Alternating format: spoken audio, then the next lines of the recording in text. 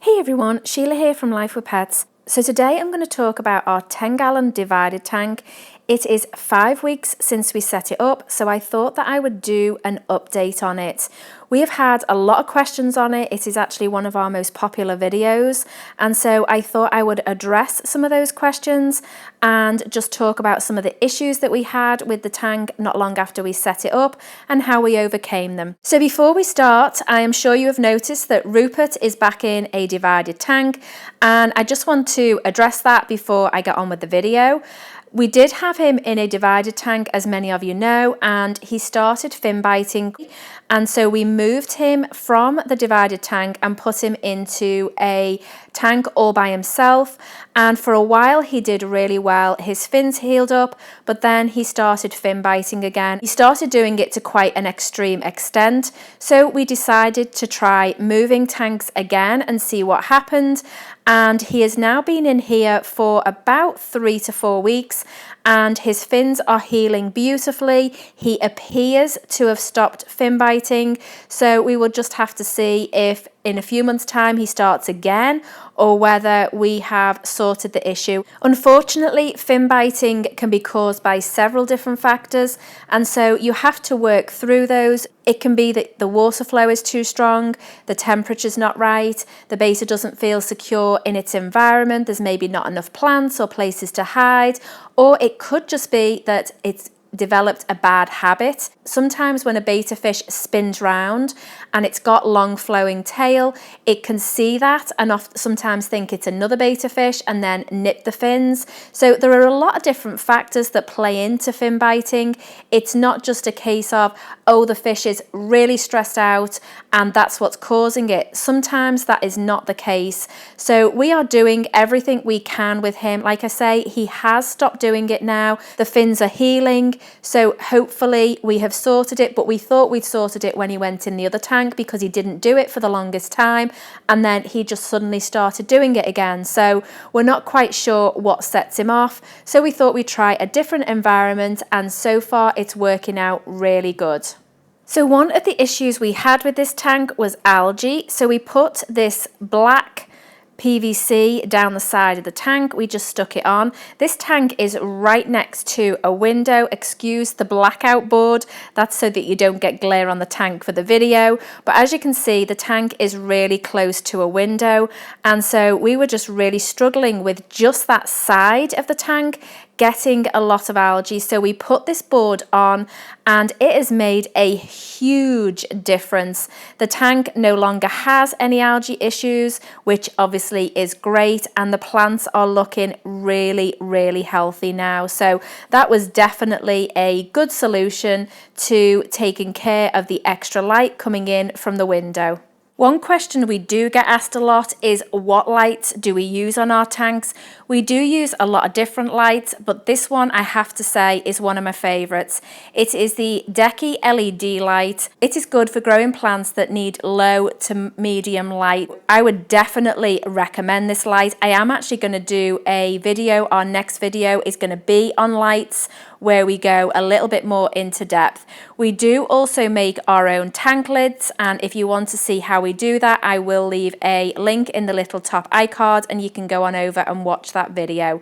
We make them out of acrylic, and then we're able to customize them to sort of what holes we want and all that good stuff. So I will leave that link so you can go take a look. The plants in this tank are doing exceptionally well. The green cryptocorin has grown a great deal. The Anubias nana petite has gained a lot more leaves, and the Amazon sword has got a lot of extra growth in the center.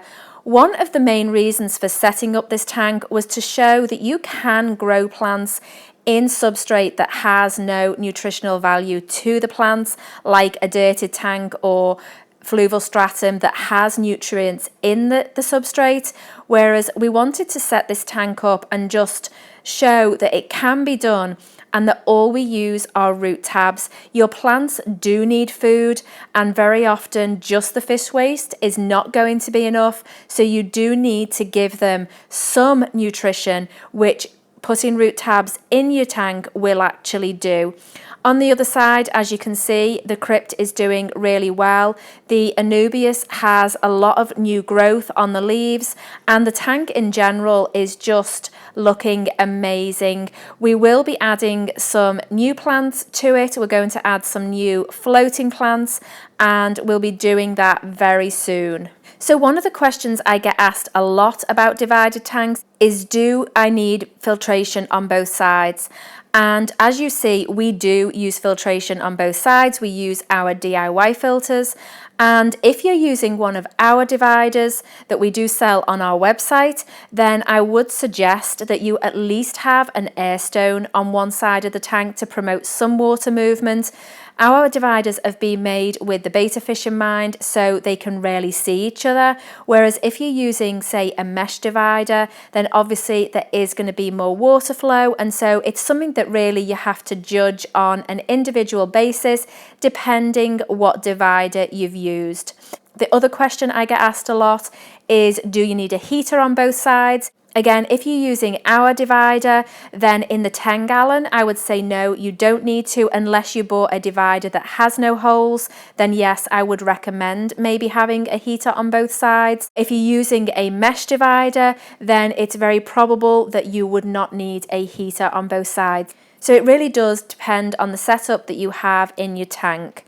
Now, the decoration in this tank, we do get the grey slates from Michaels. If you're unable to get them from Michaels, we do sell them on our website.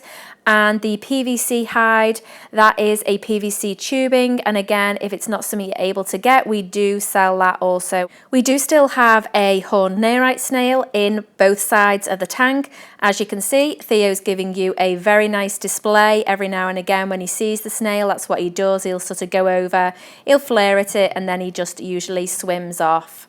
Okay guys, I think that's it for the update. I hope that you like the way the tank is looking. We are really pleased with it. I can't wait to add the new plants and see how they look in the tank. And we have some ideas as well of something that we're going to try with a divider. Not sure if it's going to work, but we're going to give it a go. So I'm looking forward to doing that. If you're interested in a divider or anything else that you see in the tank, then just head on over to our website. The link will be in the description box below. Okay guys, I do hope you enjoyed this video. If you're not subscribed to this channel and you want to see more videos like this, then please consider doing so. We do DIY videos, we do tutorials, we do tank setups, we do things with betta fish, and we also have goldfish. So we do a variety of things. We are planning on getting some more fish in the future, a completely different species than we've ever owned. So we've got a lot of exciting things to come. If you're already subscribed to this channel, then don't forget to hit that notification bell so that you know when a new video comes out. Alright guys, thanks for watching, and we'll see you next time.